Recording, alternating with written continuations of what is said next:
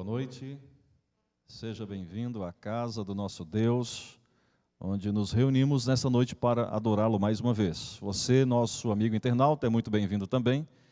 Estamos orando para que Deus abençoe ricamente você com a sua santa palavra nesta noite também. Hoje nós encerraremos a série Heróis da Fé. Estamos estudando o capítulo 11 do livro de Hebreus. São reflexões acerca do legado, da experiência de fé que foi transmitida por homens e mulheres que creram em Deus, que confiaram em Deus e pela fé no Senhor obtiveram grandes vitórias. Hoje nós vamos fazer a leitura de Hebreus 11, verso 30, a partir do versículo 30, e vamos ler até o versículo 40.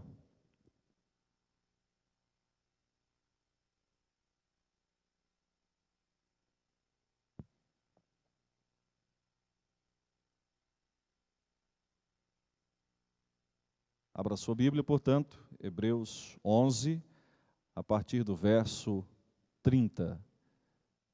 Feche seus olhos, vamos orar mais uma vez. Pai Celestial, nesta noite, Senhor, nós queremos te agradecer pelo privilégio de podermos abrir a tua santa palavra. Nós pedimos a tua bênção,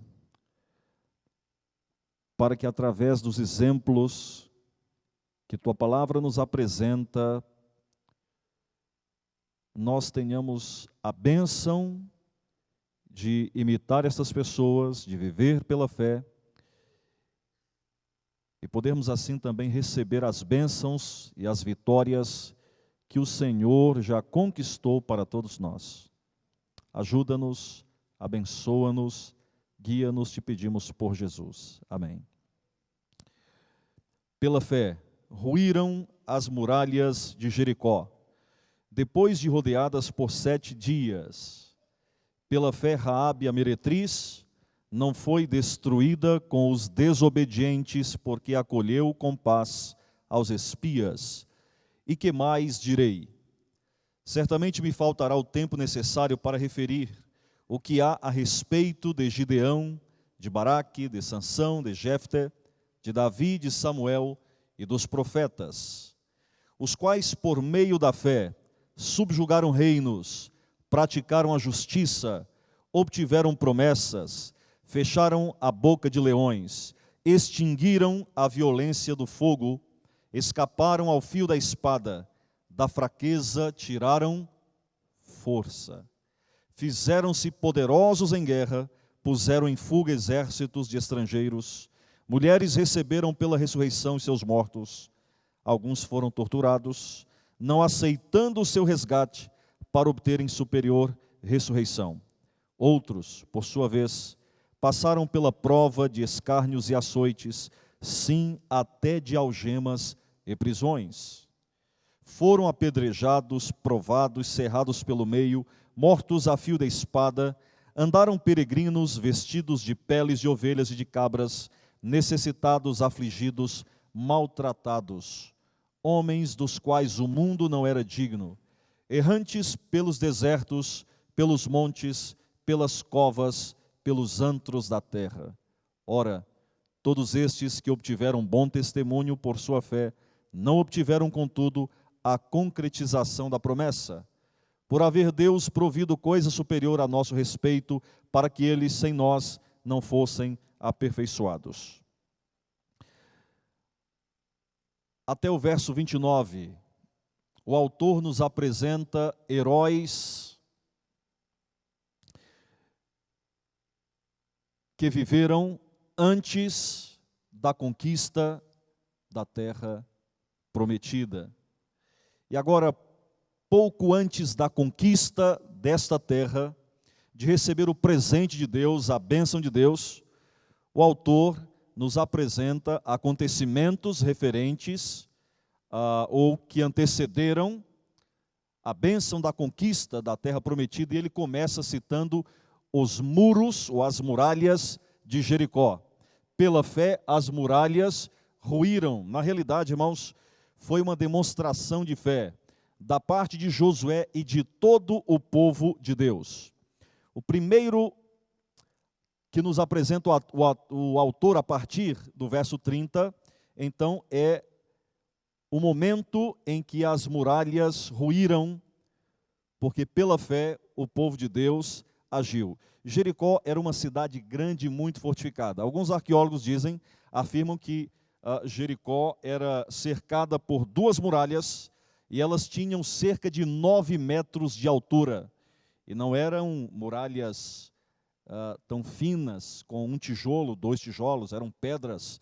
E das 2 muralhas, acreditam os arqueólogos que uma delas podia ter uma largura de cerca de 3,5 metros. Então, era realmente impossível aos olhos humanos conquistar a cidade de Jericó. O Espírito de Profecia nos diz, Parábolas, Patriarcas e Profetas, página 487, que Jericó era uma das principais sedes do culto idólatra, sendo dedicada especialmente a Astarote, a deusa da lua. Ali se centralizava tudo que era mais vil e degradante na religião dos cananeus. Parecia algo impossível tomar Jericó, mas Deus havia dado uma orientação. O Senhor apareceu a Josué e orientou Josué como proceder. Josué então levantou muito cedo depois, orientou todo o povo de Israel e passou a seguir as orientações divinas. É impressionante. Eu gosto muito da experiência da conquista de Jericó.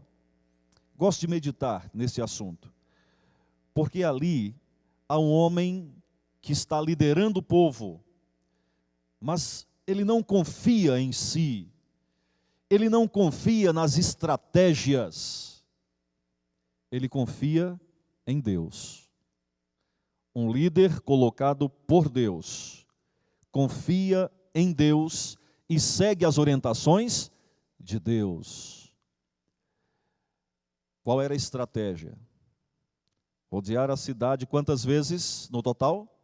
Durante quantos dias? 7 dias. Nos 6 primeiros, como deveria ser isso? Todos deveriam dar uma volta. Ninguém falava nada. Guerreiros à frente, homens de guerra à frente, depois 7 sacerdotes tocando trombetas, depois a arca que era conduzida por alguns sacerdotes, e depois todo o exército. Eles rodeavam a cidade uma vez, e eles retornavam para o acampamento. O que os habitantes de Jericó podiam ouvir era o barulho da marcha e as trombetas. Primeiro dia, segundo dia, terceiro, quarto, quinto, sexto dia. No 7º dia, rodear a cidade quantas vezes? 7 vezes, e na 7ª vez, todos deveriam gritar, e nós sabemos o que aconteceu, as muralhas ruíram. Mas o que me impressiona, queridos, é a questão de todo o povo participar nesse projeto de fé. Nós não encontramos pessoas questionando, nós encontramos Josué à frente, liderando, e o povo seguindo as orientações.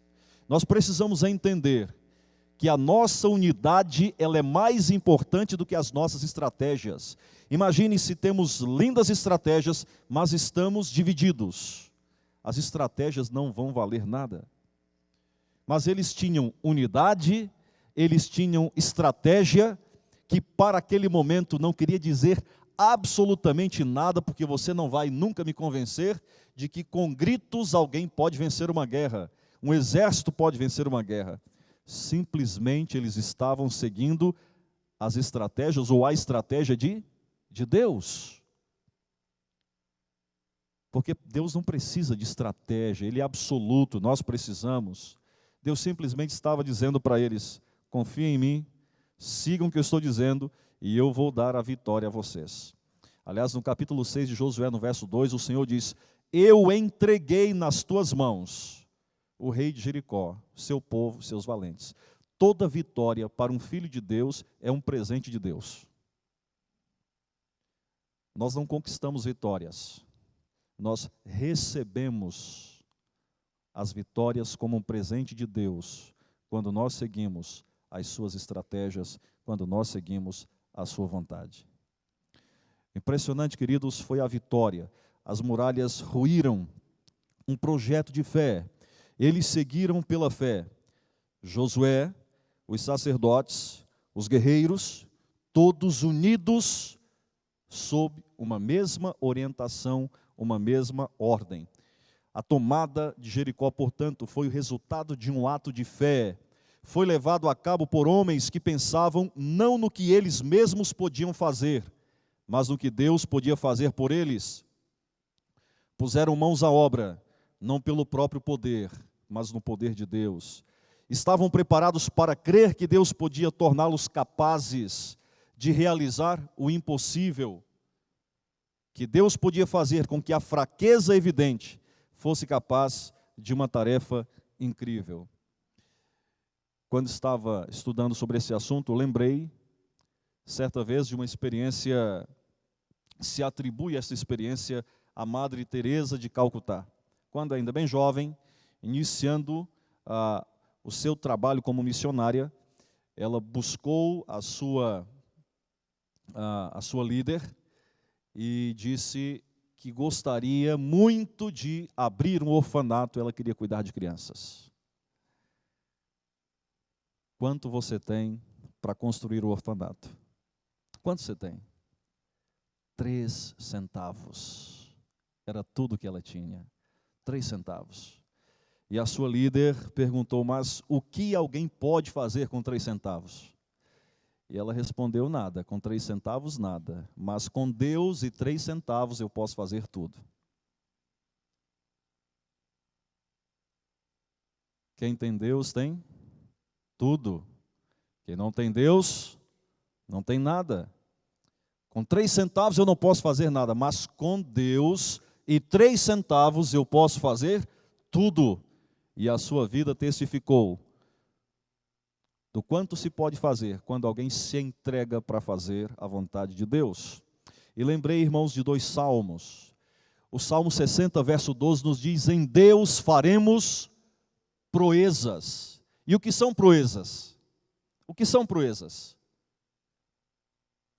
Realizações fora do normal, fora do comum. O Salmo 18, verso 29, diz, com o meu Deus eu desbarato exércitos, com o meu Deus eu salto muralhas. Vejam, não sozinho, mas com o meu Deus. 3 centavos eu não faço nada, mas com Deus e 3 centavos eu posso tudo. Sozinho eu não posso vencer, mas com o meu Deus eu desbarato exércitos, eu salto muralhas. E em Deus faremos proezas. Em Deus faremos proezas. Por que nós nem sempre conseguimos crer nisto? Por que nós temos dificuldade de agir pela fé? Quando Deus diz, avance, por que nós, às vezes, temos dificuldade em avançar? Às vezes, sabe, irmãos, estudando a Bíblia com algumas pessoas que estão descobrindo o Evangelho, e é interessante quando alguém está descobrindo o Evangelho, descobrindo as verdades bíblicas, elas passam a comparar a sua vida antes de conhecer o Evangelho com aquilo que ela está agora conhecendo, o que conhecia antes e o que conhece agora, quem era antes e quem era agora, e sabe que Deus tem lindos e grandes desafios. Alguns agem pela fé e avançam no poder de Deus, mas outras pessoas têm medo de avançar, têm medo de seguir o caminho da fé em Cristo Jesus. Lembrem-se, no capítulo 10, no verso 38, o autor diz que o justo viverá pela fé. Se retroceder, nele não se compraz a minha alma. Nós, porém, não somos os que retrocedem para a perdição, somos entretanto da fé para a conservação da alma. Nós não somos daqueles que retrocedem, nós avançamos pela fé em Cristo Jesus. Esta é a mensagem que ele quer transmitir para nós. O segundo exemplo é Raabe, a meretriz. Quando Josué mandou espiões para precaver-se da situação de Jericó, Eles ficaram na casa de Raabe, a meretriz, que os protegeu. E em recompensa, quando Jericó foi sitiada, ela e sua família foram salvas da matança geral. É extraordinário como ficou impressa Raabe na memória de Israel. Tiago capítulo 2, verso 25, menciona Raabe como um grande exemplo das boas obras que demonstram a fé. Os rabinos que podiam fazê-lo se sentiam orgulhosos de poder traçar sua ascendência até ela. E o mais chamativo, Raabe, é um dos nomes que aparecem na mesma genealogia do próprio Jesus. Por que Raabe é mencionada na galeria dos heróis da fé? Uma mulher que era meretriz. Por que foi mencionada? Porque ela creu no Deus de Israel. Josué 2, de 9 a 11, ela diz: bem sei que o Senhor vos deu esta terra, porque o Senhor vosso Deus é Deus em cima nos céus e embaixo na terra. No momento em que pronunciava estas palavras, parecia impossível que os filhos de Israel pudessem capturar Jericó. Eles não tinham armas próprias para a guerra. Parecia improvável que alguma vez pudessem destruir o muro de Jericó e arrasar a cidade. Entretanto, Raabe creu e arriscou todo o seu futuro nesta fé, que Deus tornaria possível o impossível. Creu em Deus contra a evidência dos fatos, quando o sentido comum via uma situação sem segurança, ela teve o sentido não comum de ver mais além da situação. Teve a coragem de lançar sua sorte em Deus, quando fazer isto parecia representar derrota. A verdadeira fé e a verdadeira coragem são a fé e a coragem que tomam o lado de Deus, quando este lado parece destinado ao fracasso. O cristão crê em Deus contra os fatos, irmãos. Crê que todo aquele que se coloca do lado de Deus jamais é derrotado, porque com Deus ninguém perde. Com Deus ninguém perde, nós somente ganhamos. E ele agora começa a reduzir ou a resumir, a partir do verso 32, e que mais direi, certamente me faltará o tempo. Então ele começa a resumir, e ele menciona Gideão, que com apenas 300 homens obteve uma vitória sobre os amonitas, nos dias em que estes eram terror de Israel. Menciona Baraque, que sob a inspiração da profetisa Débora, reuniu 10.000 jovens e enfrentou as temíveis forças superiores dos cananeus. Ele menciona também Sansão, o homem de longos cabelos. Sempre lutou sozinho, ele era o açoite dos filisteus.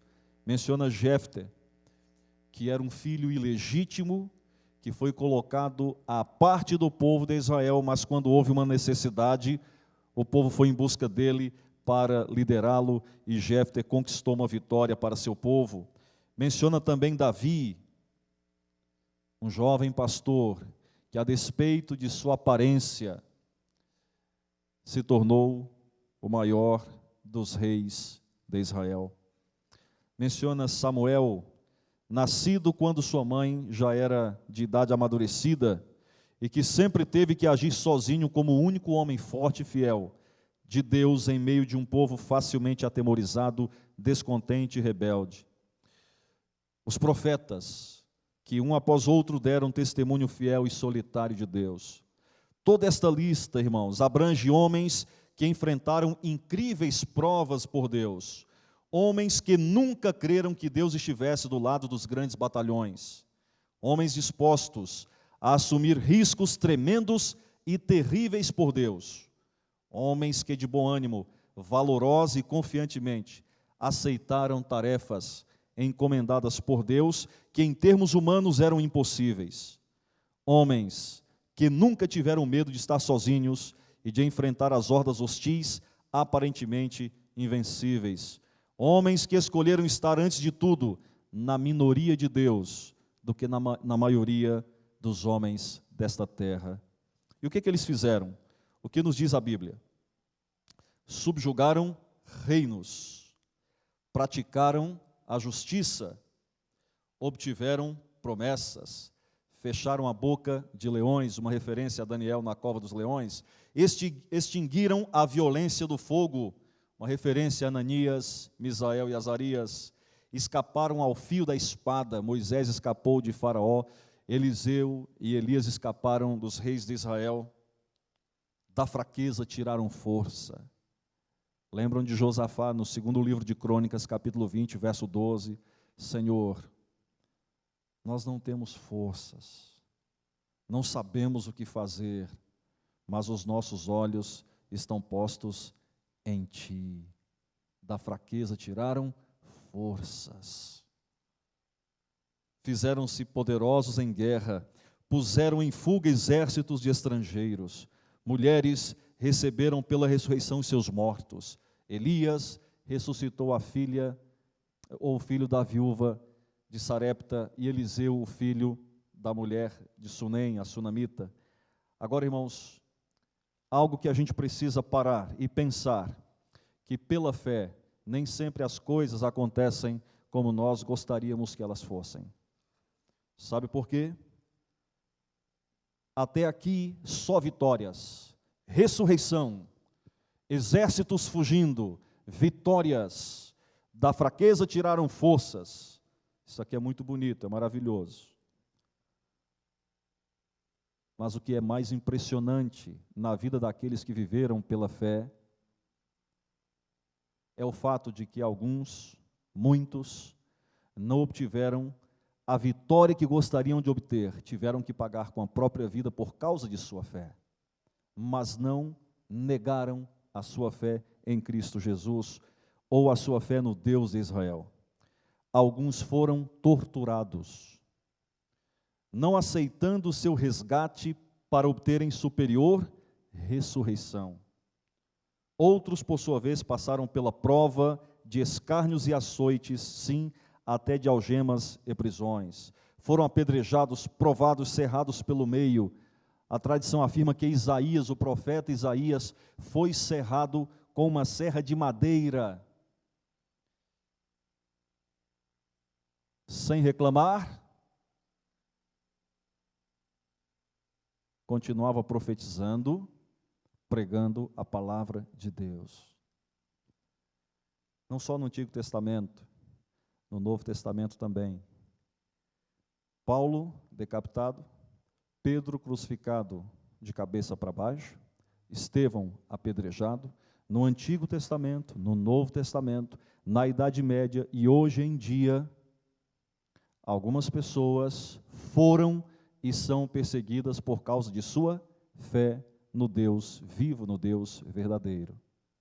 Eu trouxe para esta noite 2 exemplos da Idade Média: John Huss e Jerônimo, companheiros que pregaram o evangelho na cidade de Praga.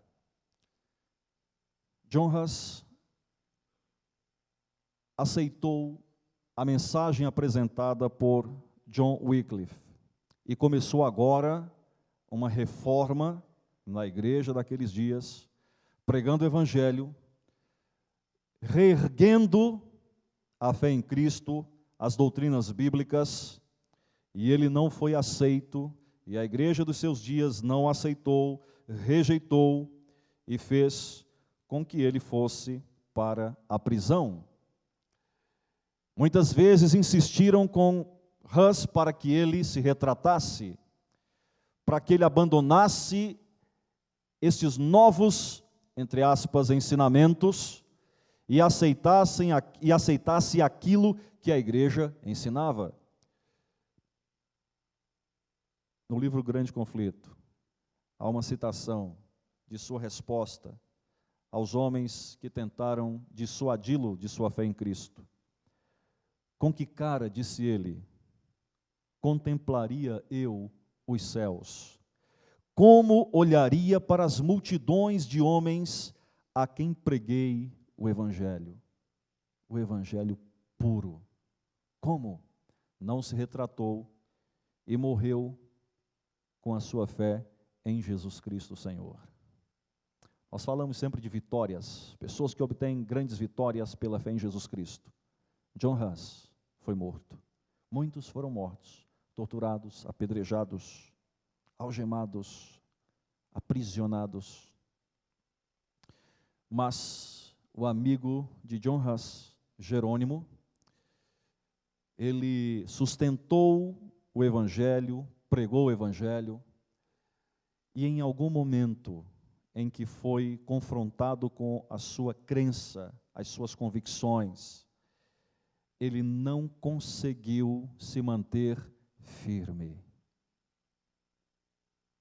Ele se retratou, ele deixou suas convicções, ele deixou a sua fé.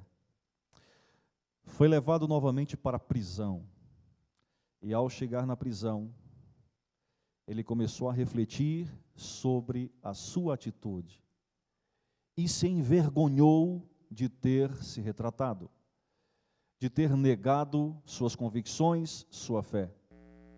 E é interessante o que ele falou depois, quando foi interrogado novamente.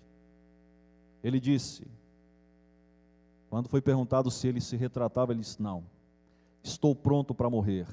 Não recuarei diante dos tormentos que me estão preparados por meus inimigos e falsas testemunhas, que um dia terão de prestar contas de suas imposturas perante o grande Deus a quem nada pode enganar.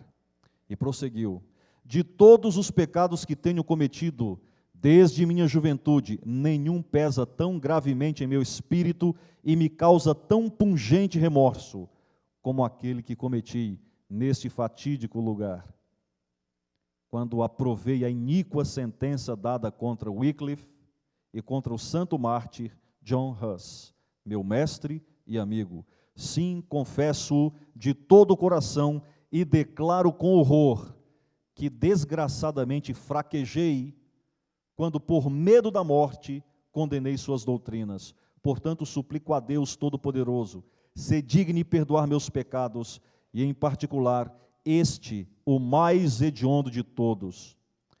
Apontando para os juízes, disse com firmeza: condenastes Wycliffe e John Huss. As coisas que eles afirmaram e que são irrefutáveis, eu também as entendo e declaro como eles. Sem demora foi levado ao mesmo local em que Huss rendera a vida. Ele fez o trajeto cantando, tendo o semblante iluminado de alegria e paz. Para ele, a morte havia perdido o terror. Quando o carrasco estava para acender a fogueira, por trás dele, o mártir exclamou: ponha fogo à minha vista. Se eu tivesse medo de morrer, eu não estaria aqui. Um homem que viveu pela fé. Nos impressiona, irmãos, ver tantas atrocidades por causa da fé em Cristo Jesus. Alguns se surpreendem com tanta maldade, com tanta crueldade, mas o que mais nos surpreende é a graça de Deus que sustenta homens e mulheres que vivem pela fé a enfrentarem mesmo a morte, sem renunciar às suas convicções, à sua fé em Jesus Cristo. A Bíblia diz, no verso 38, homens dos quais o mundo não era digno. O mundo achava que aqueles homens eram indignos de viver neste mundo. Mas a Bíblia diz, Deus diz, que o mundo é indigno destes homens. Agora, queridos, apesar de todas as evidências de fé, todos estes, desde Abel até aqueles que mencionamos, os últimos a serem mencionados, Gideão, Baraque, Sansão, Jefté, Davi, Samuel, todos eles, diz a Bíblia, eles obtiveram um bom testemunho, mas não obtiveram a concretização da promessa, por haver Deus provido coisa superior a nosso respeito, para que eles sem nós não fossem aperfeiçoados. No plano de Deus, Ele estava pensando em você e em mim. Aqueles viveram pela fé, de acordo com a luz que eles tinham. Eles viveram de acordo com a palavra que eles receberam. Mas eles não viveram para ver o Calvário, para ver a cruz de Cristo. Eles não viveram para ouvir os ensinamentos de Jesus. Deus guardou tudo isso para você e para mim, para nós que vivemos hoje. Hoje, irmãos, nós temos um privilégio muito maior do que o privilégio que eles tiveram. Eles viveram pela fé, sim, de acordo com a luz que eles tinham. Hoje nós temos muito mais luz da palavra de Deus. O que esperar de você e de mim hoje? Hoje, muito mais nós devemos viver pela fé. Muito mais.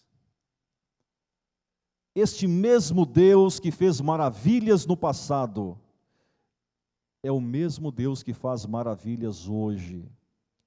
E Ele vai fazer as mesmas maravilhas, se necessário for, para o bem do seu povo, para o seu bem e o meu bem. Nosso Deus é maravilhoso. Nós servimos ao Deus vivo. Nós servimos ao Deus criador e mantenedor de todo o universo. Por que não agir pela fé nele? Agir pela fé é agir a despeito das circunstâncias e das consequências. Nós vimos aqui nestas noites. É agir acima das circunstâncias e a despeito das consequências. Deus diz, então eu obedeço. Esta é a vontade de Deus, então eu devo avançar. Pode ser que hoje, entre nós, haja alguém que está lutando, é uma luta interna, é um conflito pessoal. Sabe a verdade da palavra de Deus, mas ainda não tomou a sua decisão firme ao lado de Jesus. Talvez você que nos acompanha pela internet, talvez esteja cada noite de quarta-feira, nos dias de culto desta igreja, esteja assistindo um pregador, ouvindo a palavra de Deus, mas ainda não se comprometeu com Cristo Jesus. E eu quero dizer a você e a todos os que estão aqui, neste auditório, nesta igreja hoje, que não nos é suficiente conhecer a palavra de Deus, é necessário que nos comprometamos com ela, com Cristo e sua verdade. Precisamos tomar uma decisão firme ao lado de Jesus e viver pela fé. Se Deus diz, filho, este é o caminho, andai por ele. Deus espera que andemos em sua verdade, em seu santo caminho. E não importam as consequências, Deus vai cuidar de todo aquele que se decide ao seu lado. Nós vamos ouvir uma mensagem neste momento, o Denis vai cantar. E eu falei para ele, olha, eu ouvi um pouco desta música quando cheguei. E esta música me inspira, este hino me inspira. Fala de crer, fala de viver pela fé, fala da sublime esperança. Irmãos queridos, nós cremos que Jesus vai voltar. Paulo escrevendo aos Hebreus, ele diz, aquele que vem virá e ele não tardará. Lembrem-se, os hebreus convertidos ao cristianismo estavam agora correndo risco de retornarem ao judaísmo. E todo o livro de Hebreus é uma mensagem para eles, para que eles se firmem. Por isso Paulo apresenta os exemplos do Antigo Testamento. E eu estou apresentando para você hoje também exemplos do Novo Testamento, exemplos da Idade Média. E há tantos exemplos, e eu creio que há aqui pessoas que vivem pela fé.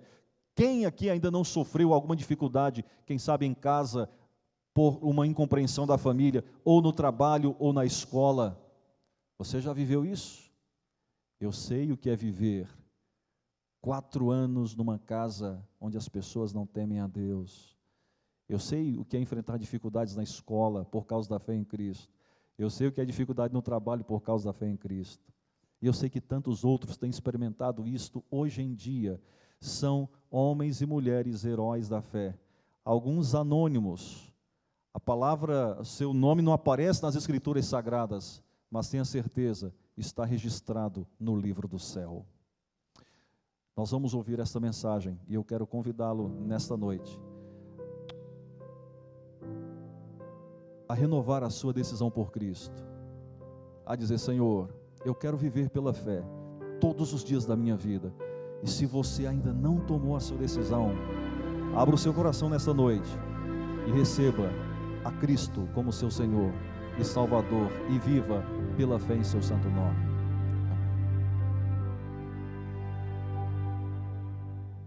Eu vejo um mundo carente de esperança, esperança.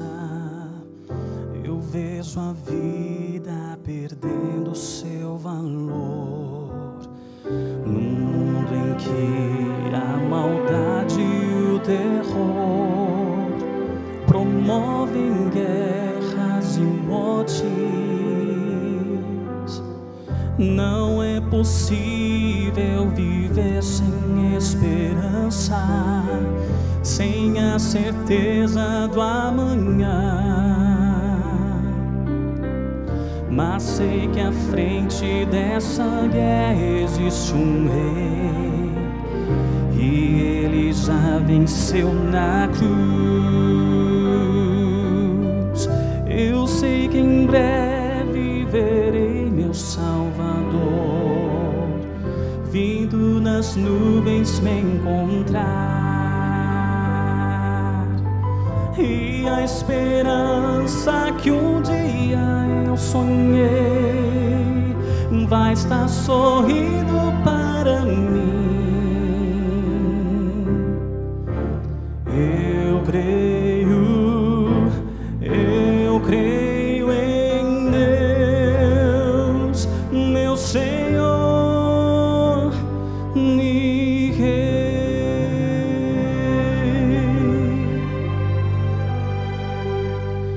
A cada dia o mal se multiplica, mostrando ao mundo que o fim já começou. A dor, a fome, a angústia e o sofrer revelam a imagem do pecado. Mas o amor de meu Deus é esperança de um majestoso alvorecer. Me traz a paz e a certeza do amanhã.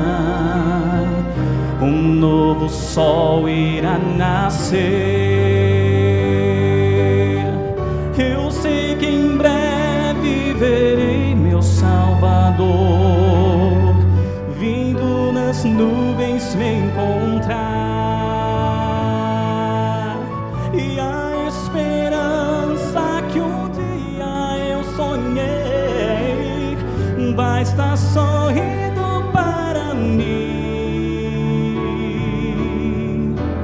Eu creio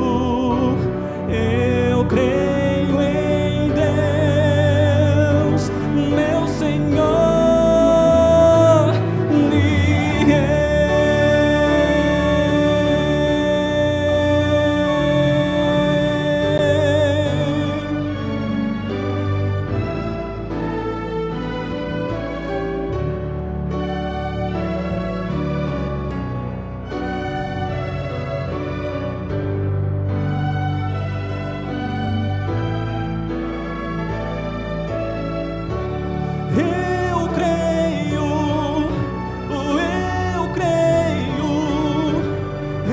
Eu creio em Deus, meu Senhor e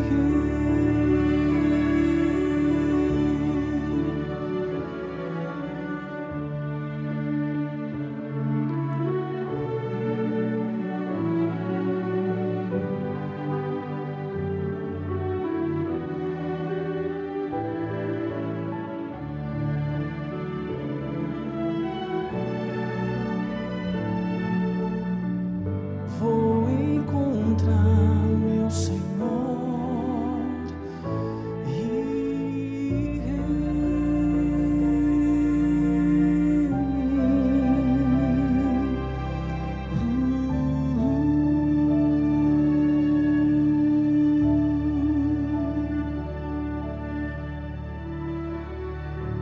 Amém. Obrigado, Denis.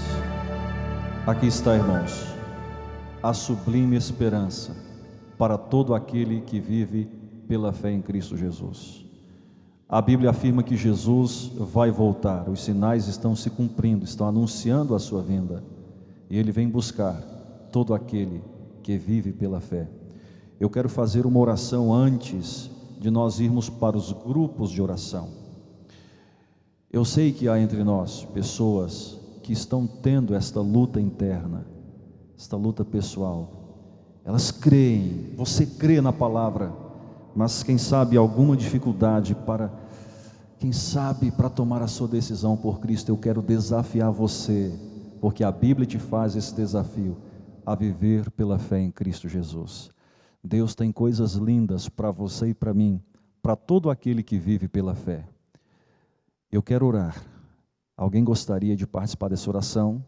Alguém que crê em Jesus Cristo, que está conhecendo a palavra, mas ainda não tomou a sua decisão? Eu quero orar com você.